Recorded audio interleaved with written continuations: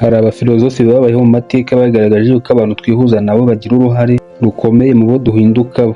Bivuze ko guhitamo abo wihuza nabo ari ikintu gikomeye, kuko hari abantu bashobora kugufasha gukora no gutera imbere, ariko hakaba n'abandi bashobora gutwara igihe cyawe, amahoro yawe, imbaraga zawe, ndetse bakaba banagusubiza inyuma.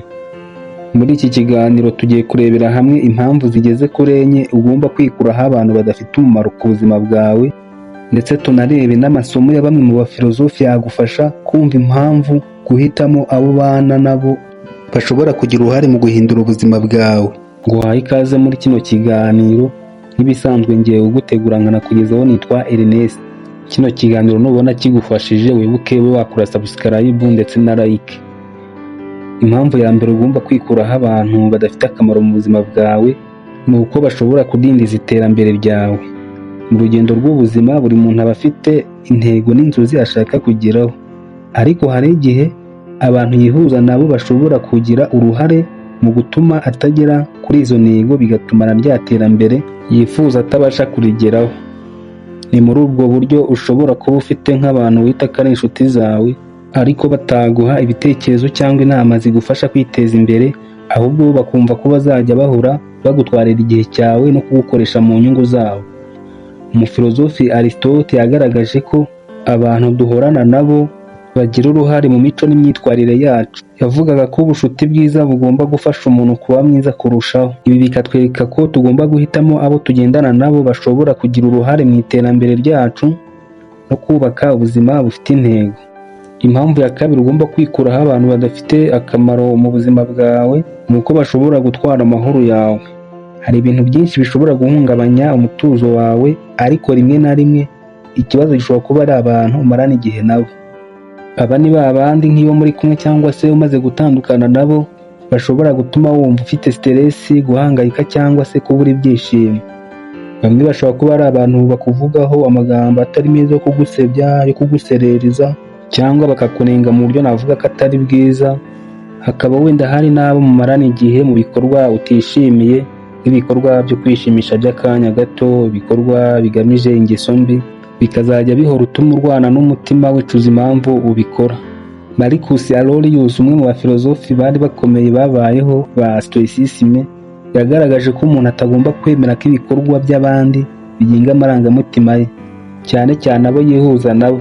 Yigishaga ko nubwo tudashobora gutegeka imyitwarire y'abandi batugaragariza, dushobora guhitamo uburyo iyo myitwarire idahungabanya amahoro n'umutuzo wacu.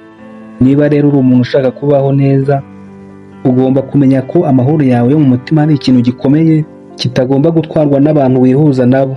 Ukaba usabwa gushyiraho intera hagati yawe nabo, bidatewe n'uko banze, ahubwo ari ukugira ngo urinde amahoro yawe. Impamvu ya gatatu ugomba kwikuraho abantu badafite umumaro mu buzima bwawe bashobora gutuma udafata ibyemezo byiza.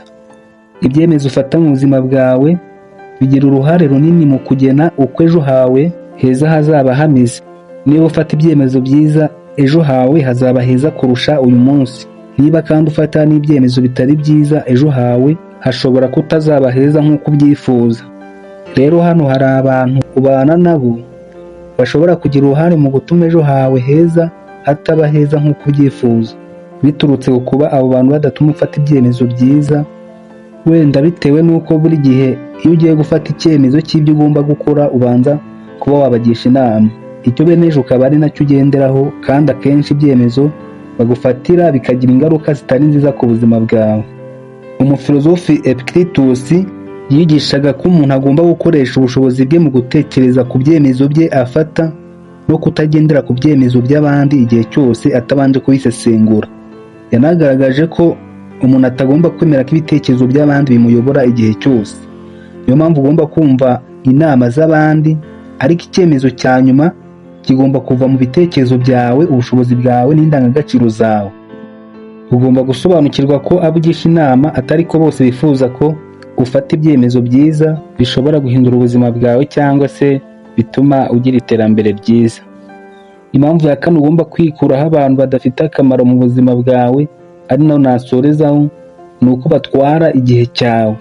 Igihe ni kimwe mu bintu bifite agaciro kanini umuntu afite, kubera yuko ya mafaranga abuze ashobora kongera kuboneka, ariko igihe cyatakaye cyo ntikigaruka. Uko ukoresha igihe cyawe bigira uruhare runini mu iterambere ryawe, ku ntego zawe no ku muntu uzaba we ejo. Ikibabaje ni uko hari abantu wihuza nabo bashobora gutuma utakaza igihe cyawe utabizi. Aba ni ba bandi ubana nabo, umwanya munini umarana nabo muri mu bikorwa navuga ko ari byo kwinezeza by'akanya gato, muhurira mu biganiro navuga ko ntacyo byongera ku buzima bwanyu, wenda muri kuvuga ku bandi, muganira ku byo mukunda nk'ibyo mufana, bidashobora kuba byabinjiriza cyangwa se ngo bibateze imbere. Ibi ntibivuze ko ugomba kwirinda kwihuza n'abantu ngo mwishimishe cyangwa se muganire ku bintu runaka mukunda nk'amakipe mufana ndetse n'ibindi. Ahubwo icy'ingenzi, umunyabwenge n'udakoresha igihe cye cyose muri ibyo bikorwa, igihe kinini cye akaba yagikoresha mu kwiyungura ubumenyi, kwihuza n'abantu bamufasha gukura, cyangwa kwita ku bimufitiye akamaro nkawe ku giti cye, nk'igihe wenda ashobora kuba ari we wenyine. Seneca niwe wagaragaje mu gitabo cye On the Shortness of Life ko ikibazo atari ubuzima bwacu bugufi, cyangwa atari ikibazo cy'uko igihe dufite ku isi ari gito, ahubwo abenshi batakaza igihe kinini cy'ubuzima bwabo mu bintu bidafite agaciro. Yashimangiye ko umuntu agomba gukoresha igihe cye neza mu bintu bimwubaka, aho kugikoresha mu bintu bimusenya cyangwa se abantu bagenzi be bajye bahora bamutwarira igihe kubera yuko ari umutungo utakara ntugaruke. Aha rero menya ko umwanya wawe utagomba kuwumara uri mu bintu bitagufitiye akamaro, cyane cyane nk'igihe uwutakaza uri kumwe n'abantu batubaka iterambere ryawe. Ahubwo ukwiye kwihuza n'abagufasha gukoresha igihe cyawe neza, bituma wubaka iterambere ryawe. Ikiganiro cyacu n'aha tugishoreje. Niba wagikunze ukore subscribe, like, comment, ube wanasharinga kuri bagenzi bawe. Tubonane mu bindi biganiro.